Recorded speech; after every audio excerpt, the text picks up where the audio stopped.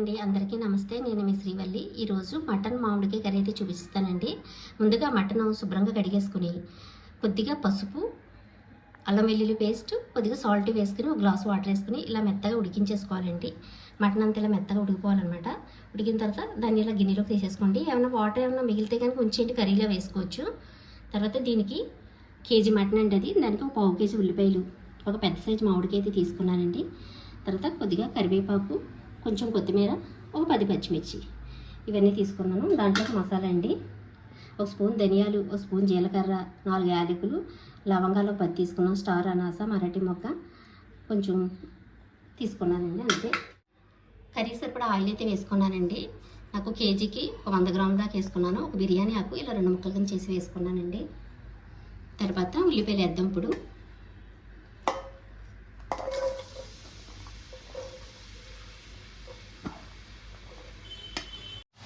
ఉల్లిపాయలు వేగుతుండగా కొద్దిగా సాల్ట్ వేసుకోవాలండి. ఆనియన్స్ తొందరగా వేగుతాయి.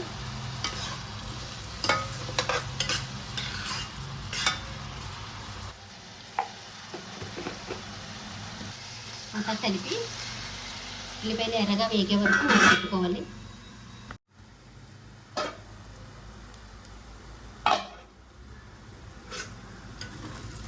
ఉల్లిపాయలు ఎర్రగా వేగే కదండి, ఇప్పుడు అల్లం వెల్లుల్లి పేస్ట్ అయితే వేస్తున్నాను. ఇందాక మటన్ ఉడకబెట్టేటప్పుడు 1 స్పూన్ వేసానండి, ఇప్పుడు 2 స్పూన్లు వేసుకోవాలి. కేజీ మటన్ కాబట్టి ఎక్కువే పడుతుంది. కొద్దిగా కరివేపాకు, కొద్దిగా కొత్తిమీర ఇప్పుడు చివరిలో కొంచెం వేసుకోవచ్చు. ఇది కొద్దిగా వేగనివ్వాలి. మటన్ వేసేసుకుని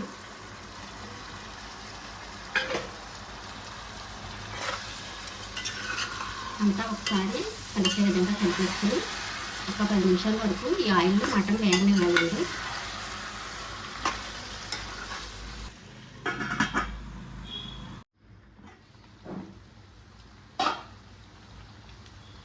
కర్రీ ఒకసారి మధ్య మధ్యలో కలుపుకుంటూ ఉండాలండి. ఇప్పుడైతే ఇందులో కారం వేస్తాను. ఇందాక గ్రైండ్ చేసి పెట్టుకున్న మసాలా అండి ఇది. సరే, ఇది అంతా కలిపేసి ఒక 2 నిమిషాలు అయితే మగ్గనివ్వాలి. మసాలా వేగిన తర్వాత కారం వేస్తున్నానండి. మీ టేస్ట్ తగ్గట్టు మీరు వేసుకోండి.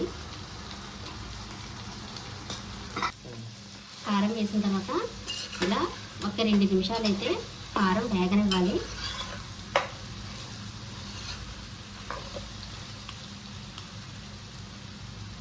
ఇందాక మటన్ ఉడికించిన వాటర్ ఉందండి, అవి అయితే ఇందులో వేసేసుకుంటున్నాను.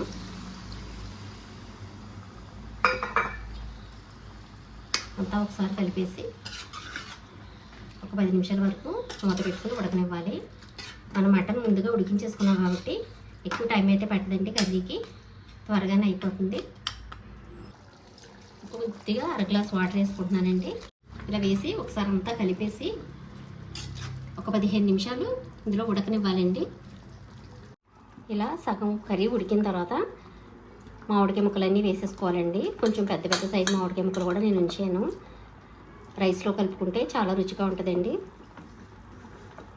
అన్నీ ఒకసారి వేసేసుకుని మొత్తం కలిసే విధంగా కలిపి ఒక 10 నిమిషాలు మీడియం ఫ్లేమ్లో పెట్టుకోండి మంట. మామిడికాయ పులుపు అంతా కూడా మటన్ ముక్కలకి అయితే పడుతుందండి, చాలా రుచిగా ఉంటాయి. హై ఫ్లేమ్లో మాత్రం పెట్టద్దండి, మీడియంలో పెట్టుకోండి. ఇప్పుడైతే మూత పెట్టేసుకోవాలి. కర్రీ ఎలా ఉందో చూద్దామండి. కర్రీ అంతా అలా దగ్గరకు వచ్చేసాం కదా, ఇప్పుడు కొద్దిగా కొత్తిమీర చల్లుకుని స్టవ్ అయితే ఆఫ్ చేసుకుందామండి.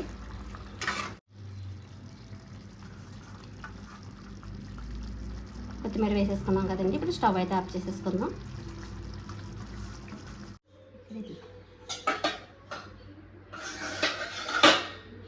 కొద్దిగా కర్రీ టేస్ట్ అయితే చూస్తానండి ఎలా వచ్చిందో.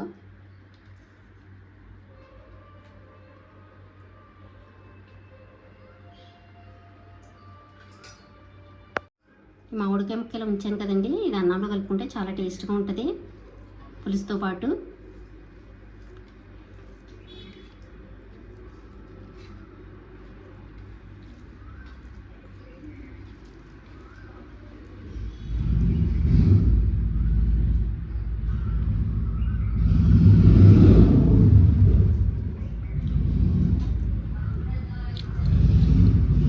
మామిడికాయ పులుపు, కారం, సాల్ట్ అన్నీ కూడా నాకు సరిపోయాయండి. చాలా టేస్ట్గా వచ్చిందండి. ఈ సీజన్లో దొరికే మామిడికాయ చింతచిగురు కానీ ఇలా కర్రీస్లో వేసుకుంటే చాలా రుచిగా ఉంటాయండి. హెల్త్కి కూడా మంచిది. నా వీడియో కనుక మీకు నచ్చితే లైక్ చేయండి, షేర్ చేయండి, సబ్స్క్రైబ్ చేయండి. థ్యాంక్ యూ అండి.